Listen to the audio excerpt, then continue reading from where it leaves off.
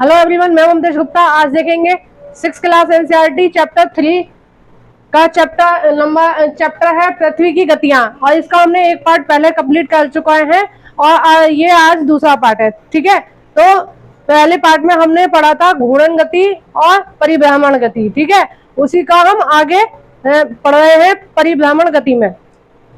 तो देखिए, जो पृथ्वी है वो दो प्रकार से गति करती है, एक तो घूर्णन गति करती है और एक परिभ्रमण गति या परिभ्रमण गति करती है।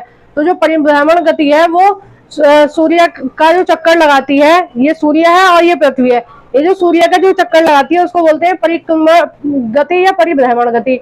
तो ये 365 दिन में पूरा करती है। और आपके जो बुक है उसमें दे रखा है उत्तरी अयनात। ठीक है, अयनात दे रखा है आपकी बुक में। तो ये क्या होता है, देखिए जो पृथ्वी है वो सूर्य का चक्कर लगा रही है। अब ये वाला जो चित्र है ये आपके बुक में दिया हुआ है।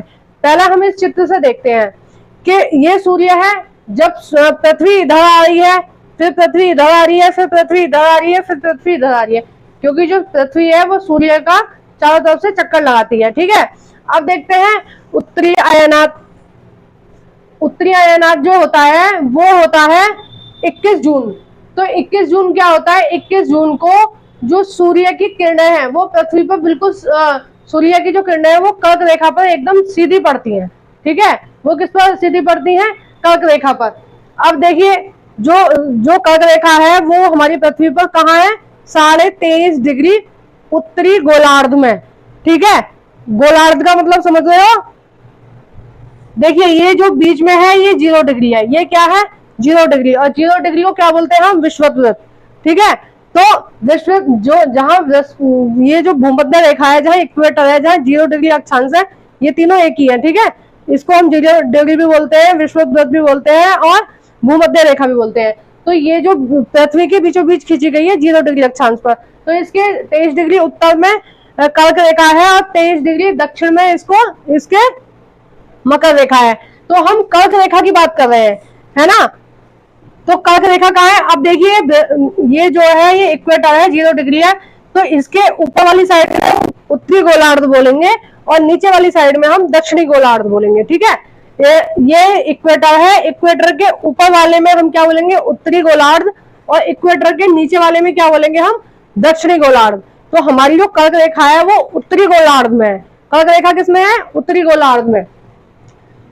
तो कर्क रेखा पर जो सूर्य की किरणें हैं वो 21 जून को सीधी पड़ती हैं, ये है कर्क रेखा। ठीक है ना, ये कर्क रेखा पर 21 जून को सूर्य की जो किरणें एकदम सीधी पड़ती हैं, और इसको ही हम क्या बोलते हैं, उत्तर अयनात बोलते हैं। ठीक है, इसको हम बोलते हैं उत्तरीय अयनात।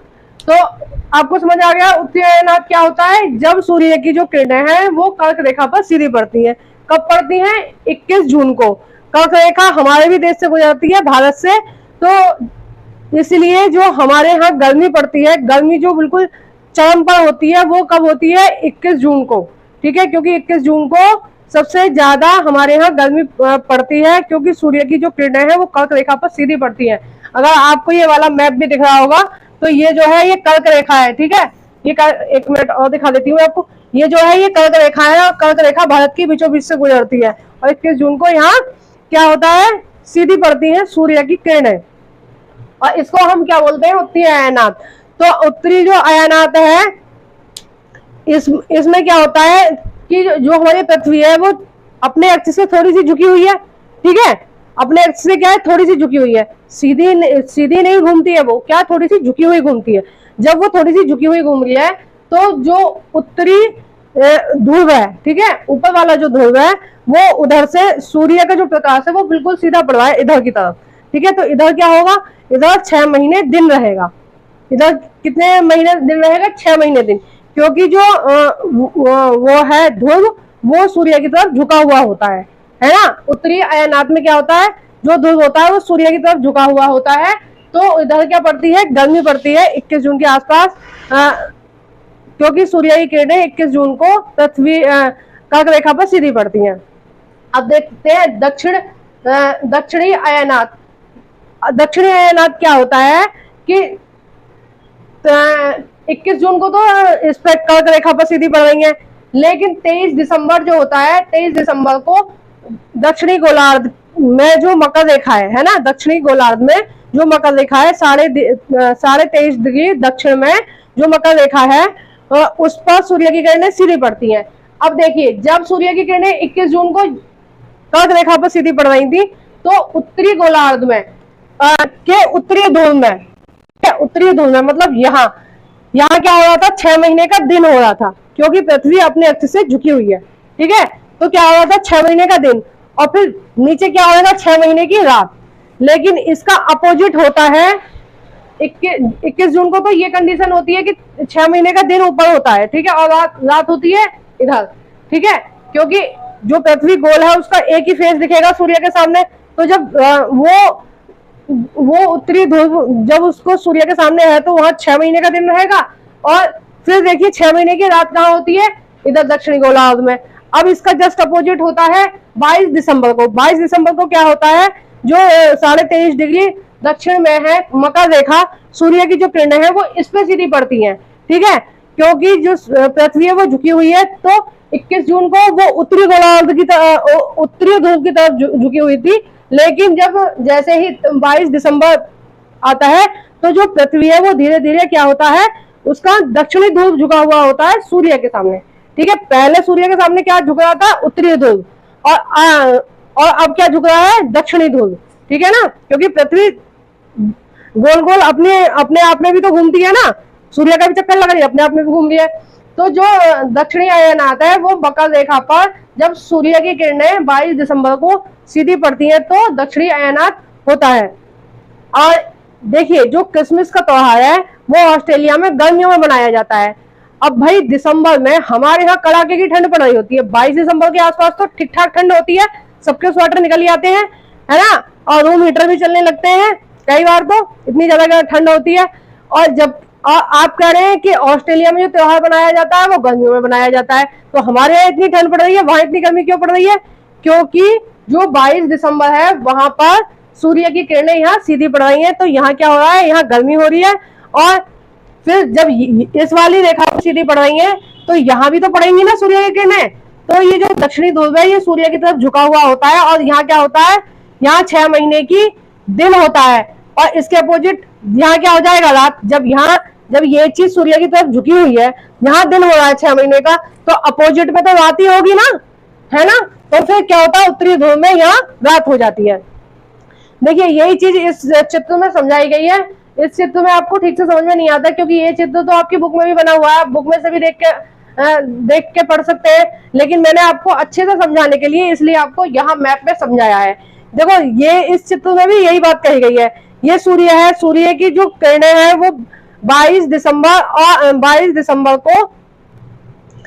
दिसंबर को दक्षिणी गोलार्ध में सीधी पड़ रही है। ठीक है, क्योंकि 22 दिसंबर को जो पृथ्वी है वो उसका दक्षिणी ध्रुव सूर्य की तरफ झुका हुआ है, तो सीधी पड़ रही है, तो इधर दिन होता है और इधर गर्मी भी पड़ती है। ठीक है, 22 दिसंबर को दक्षिणी गोलार्ध की बात हो रही है। और 21 जून को क्या है, उत्तरी अयनात होता है, क्योंकि जो सूर्य की किरणें हैं वो उत्तरी गोलार्ध के में 21 जून को उत्तरी गोलार्ध में कर्क रेखा पर सीधी पड़ रही हैं, तो उत्तरी गोलार्ध के में जो ध्रुव है उस ध्रुव पर 6 महीने का दिन होता है। यही चीज समझाई गई है, बिल्कुल सेम। अब देखिए नीचे में क्या दिखाया गया है, इसमें एक चीज यहाँ पर बताई गई है, विषुव। विषुव दिन कौन सा होता है? विषुव क्या होता है, जब सूर्य की किरणें विषुवत पर यानी कि 0 डिग्री पर यानी कि इक्वेटर पर जब सीधी पड़ती हैं, तो हम क्या बोलते हैं, उसको विषुव बोलते हैं। ठीक है, उसको क्या बोलते हैं हम, विषुव बोलते हैं। तो विषुव जो होता है वो वर्ष में 2 बार होता है। पहले 21 जून को यहाँ थी, सूर्य की किरणें यहाँ थी, फिर धीरे धीरे आ जाता है 23 सितंबर। ठीक है, 23 सितंबर को फिर यहाँ आ गई, फिर उसके बाद फिर धीरे धीरे नीचे आएगा, 23 दिसंबर को यहाँ आ गई, है ना, सूर्य की किरणें। फिर धीरे धीरे ऊपर की तरफ जाएगा सूर्य, तो फिर 21 मार्च को फिर इधर आएगा, तो 21 मार्च को फिर तो 2 बार, एक बार तो कर्क रेखा से आता है, तो होता है 21 मार्च को सीधी पड़ती है, और जब दूसरे टाइम सूर्य मकर रेखा से ऊपर की तरफ आ रहा होता है, तब 23 फिर पड़ती है 23 सितंबर को, यानी कि 21 मार्च और 23 सितंबर, ये दोनों डेट आप याद कर लीजिए। 21 मार्च और 23 सितंबर वो क्या होता है, सूर्य की किरणें विषुवत रेखा पर सीधी पड़ती हैं। जब यहाँ बिल्कुल बीचों बीच पृथ्वी पर सूर्य की किरणें सीधे पड़ेंगी तो उत्तरी गोलार्ध में और दक्षिणी गोलार्ध में दोनों में दिन रात बराबर होते हैं। ठीक है, दोनों में क्या होते हैं, दिन रात बराबर होते हैं। 21 मार्च और 23 सितंबर को सूर्य की किरणें विषुवत रेखा पर सीधी पड़ती हैं, इसलिए उत्तरी गोलार्ध और दक्षिणी गोलार्ध दोनों में दिन रात क्या होते हैं, बराबर होते हैं। देखो एक चीज मेरे से मिस हो गई है, जो मैंने 21 जून का बताया था कर्क रेखा पर, तो जो 21 जून को कर्क रेखा पर सूर्य किरणें सीधी पड़ती हैं, उसका जो मैंने बताया था, तो उसमें क्या होता है, यहाँ पर 21 जून को उत्तरी गोलार्ध में सबसे बड़ा दिन होता है ना, और 23 सितंबर को दक्षिणी गोलार्ध में सबसे बड़ा दिन होता है। आ गई ना समझ में? 21 जून को उत्तरी गोलार्ध में सबसे बड़ा दिन होता है, और इसी दिन 21 जून को ही दक्षिणी गोलार्ध में सबसे बड़ा दिन होगा, और यहाँ क्या होगा, सबसे छोटी रात होगी। ठीक है, और दक्षिणी गोलार्ध में 22 दिसंबर को क्या होता है, सबसे बड़ा दिन होता है और सबसे छोटी रात होती है।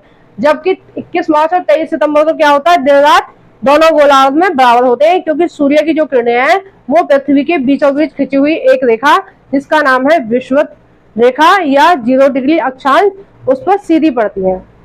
अब एक पॉइंट और आपके बुक का रह गया है, वो मैं आपको बता देती हूँ। इसमें लिखा है 23 सितंबर को उत्तरी गोलार्ध में शरद ऋतु होती है।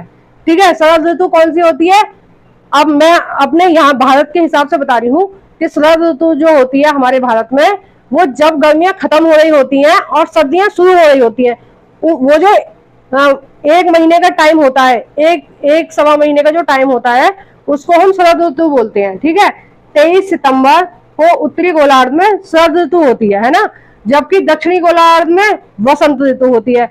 वसंत क्या होता है, जब सर्दियां जाती हैं और गर्मियां आ रही होती हैं, लगभग इसमें दिया हुआ है मार्च के समय। ठीक है ना, मार्च में होता है ना ऐसे, तो 21 मार्च को स्थिति इसके विपरीत होती है। स्थिति क्या होती है, इसके विपरीत होती है 21 मार्च को।